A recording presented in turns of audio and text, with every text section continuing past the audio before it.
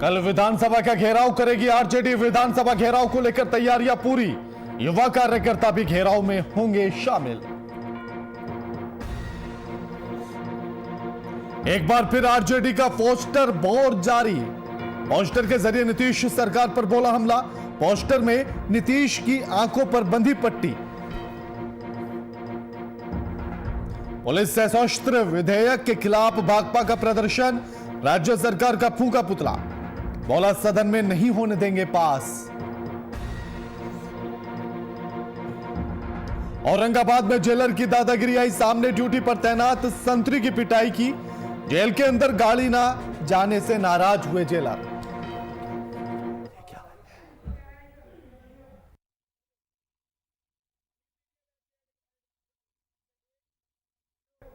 सुशासन का जंगल राज। नमस्कार, मैं आपके साथ के राणा। वीआईपी न्यूज देख रहे हैं आप।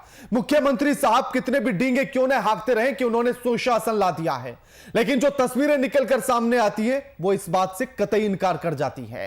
बांका से जो तस्वीर निकलकर सामने आई, आज बिहार का स्थापना दिवस है, वो भी 109 वाला, लेकिन उसके बाद भी आज जो प्रशासन की लापरवाही और अपराध की जो तस्वीर निकलकर सामने आई, वो इन सारी बातों को झुकला देती है, झूठ साबित करती है कि नीतीश कुमार ने कायम किया है सुशासन। आज इसी मुद्दे पर चर्चा होगी और जो तमाम सवाल उठा रहा है वीआईपी न्यूज इस घटना पर, उन पर भी आज चर्चा होगी, जवाब मांगे जाएंगे। लेकिन पहले पूरा माजरा समझिए रिपोर्ट से।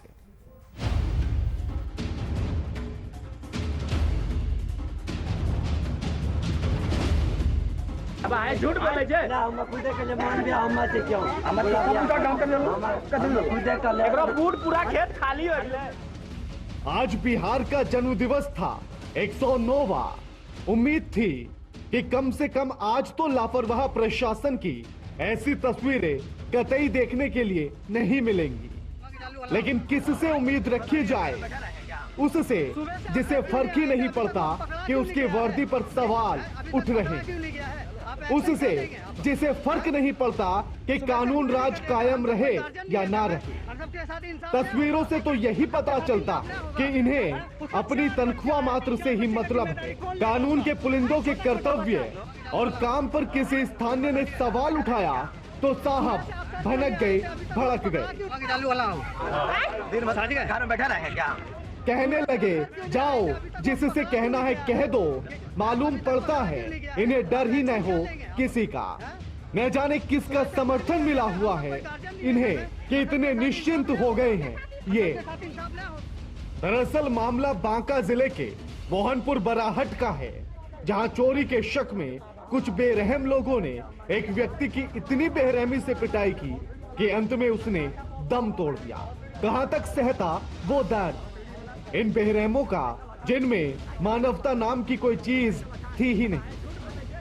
ध्यान से देखिए इन तस्वीरों को, कैसे बेरहमी से पीट रहे हैं ये दरिंदे और कैसे गिड़गिड़ाकर रोते बिलखते ये इंसान दुआएं मांग रहा है। छोड़ दो, छोड़ दो, मैंने कोई जुर्म नहीं किया है, मैंने कोई चोरी नहीं की है, छोड़ दो, मुझे छोड़ दो। लेकिन इनके भीतर दिल होता तब पसीजता।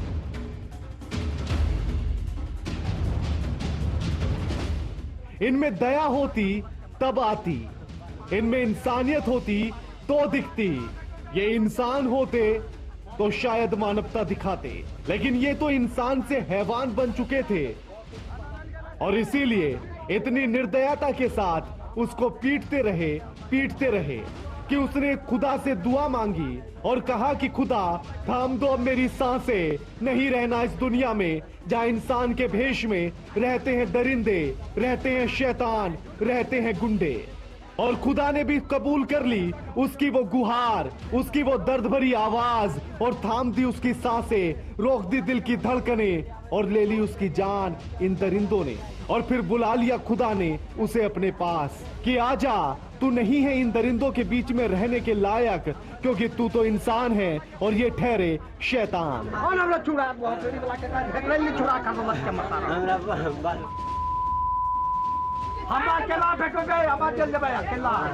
वहीं जब वीआईपी न्यूज मौके पर पहुंचा और मृतक के परिजनों से बात की, जहां उन्होंने पूरे मामले की जानकारी दी और बताया कि उसके 4 छोटे छोटे बच्चे हैं वीबी है, पूरा परिवार है।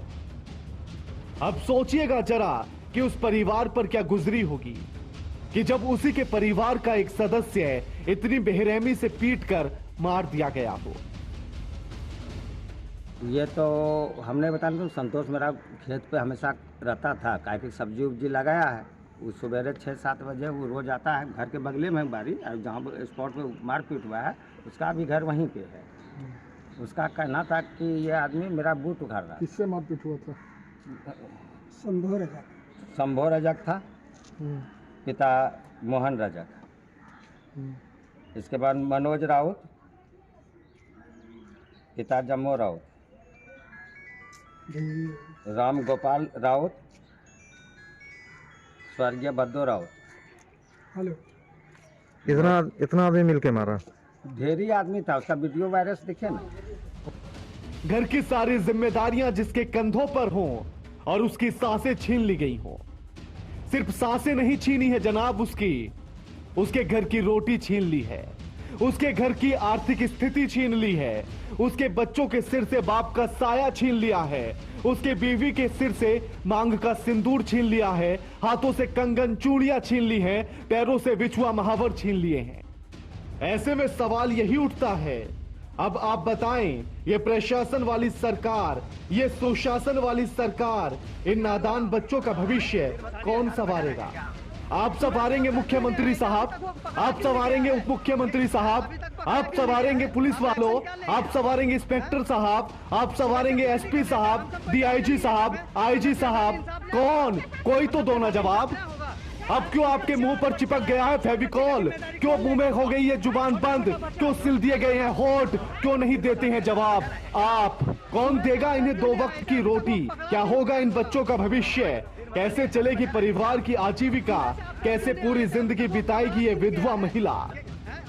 इसका सुहाग कुछ दरिंदों ने छीन लिया है और प्रशासन मूक दर्शक बना रहा। एफआईआर हो गई, वीडियो वायरल हो गई, मगर प्रशासन ने न जाने कौन सा चश्मा लगा रखा है कि उसे ये तस्वीरें दिखती ही नहीं है, जिसमें साफ देखा जा सकता है कि उस मृतक को कौन मार रहा था। ऐसे में वीआईपी न्यूज भी तमाम सवाल उठाता है और वीआईपी न्यूज के सवाल हैं, आखिर क्यों गिरफ्तार नहीं करती है पुलिस आरोपियों को? क्या पुलिस पर कोई राजनीतिक दबाव है? कौन संरक्षण दे रहा है इन आरोपियों को? है, लेकिन अब देखना यह होगा कि कब खुलती है प्रशासन की आंखें, कब उठता है उनके अंदर का इंसान, कब जागता है उनके भीतर का ईमान, और कब होगा गिरफ्तार ये आरोपी, और कब मिलेगा इंसाफ उस मृतक को और इस परिवार को।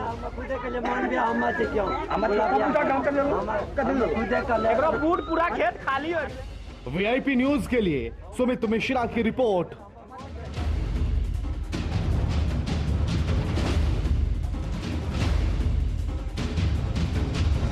अब आए झूठ बोले छे।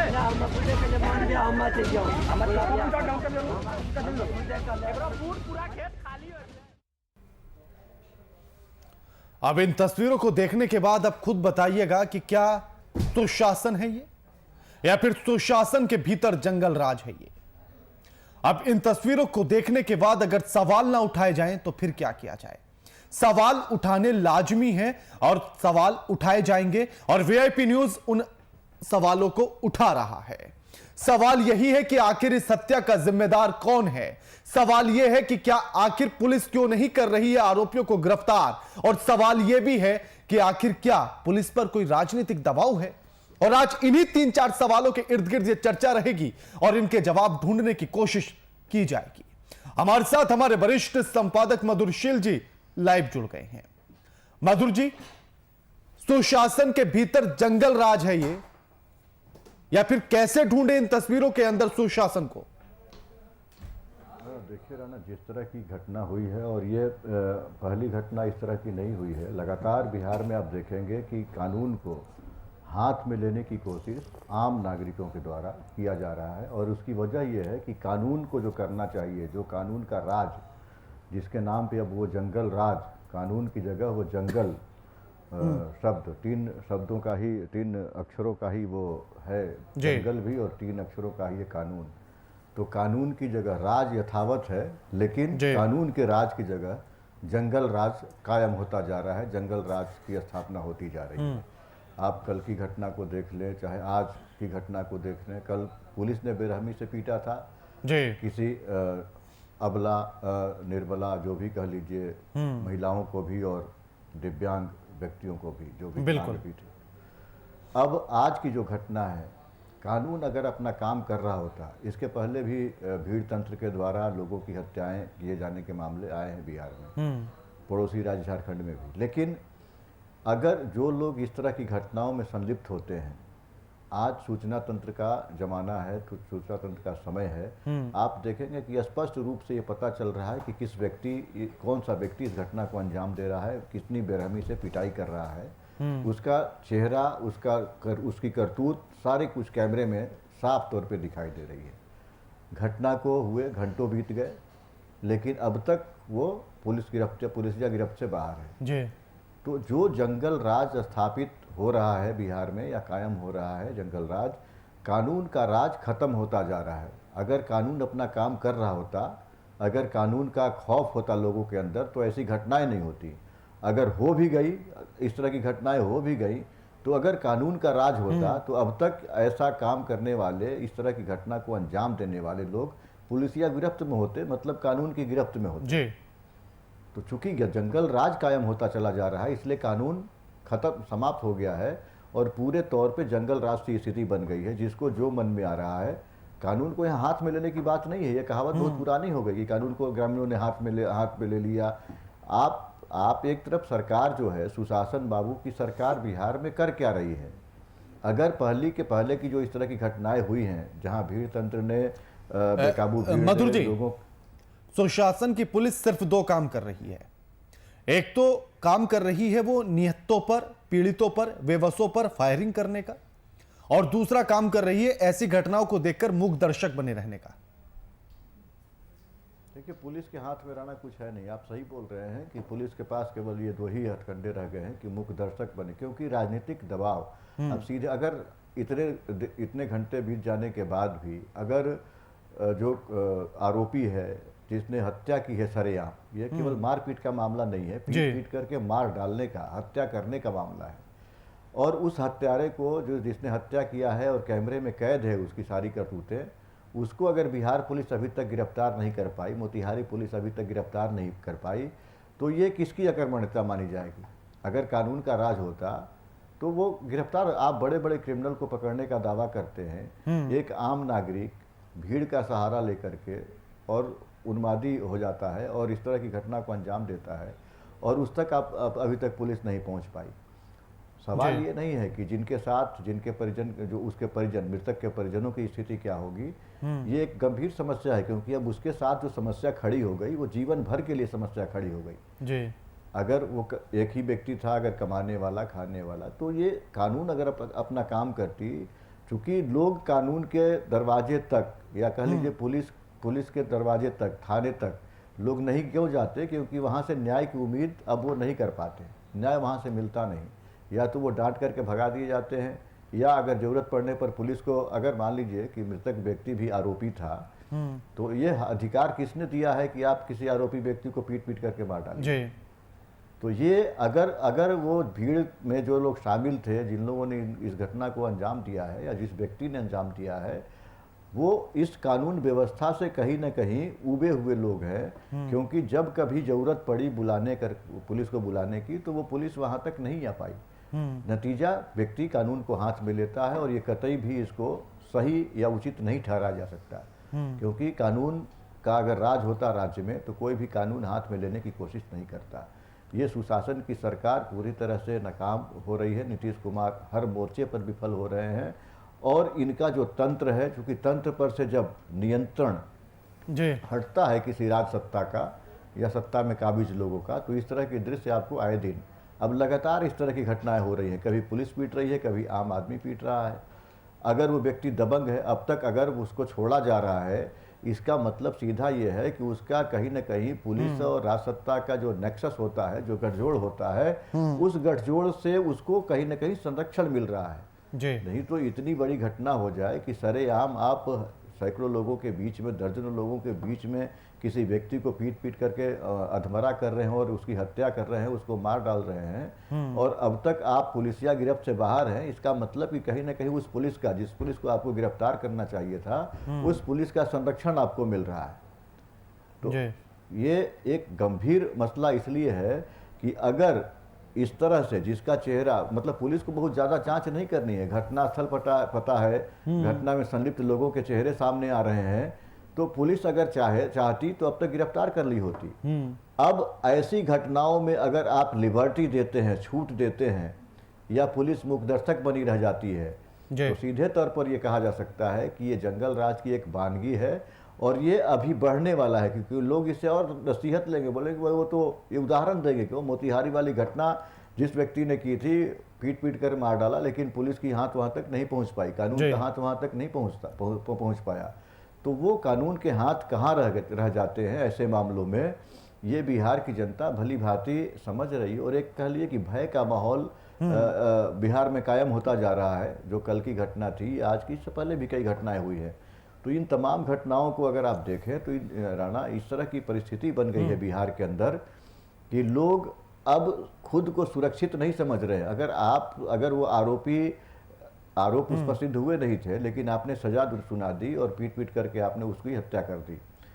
अब भीड़ को ये अधिकार किसने दिया, ये बहुत बड़ा सवाल है। बिल्कुल, ये सवाल है कि आखिर लोकतंत्र पर भीड़ तंत्र कब तक हावी होता रहेगा। जब तंत्र से पहले लोक लग जाता है तो यानी कि सारी चीजें व्यवस्थित हैं, और जब लोक से पहले भीड़ लग जाती है तो फिर सारी चीजें अव्यवस्थित हो जाती हैं। तो ये लोकतंत्र पर भीड़ तंत्र कब तक हावी रहेगा?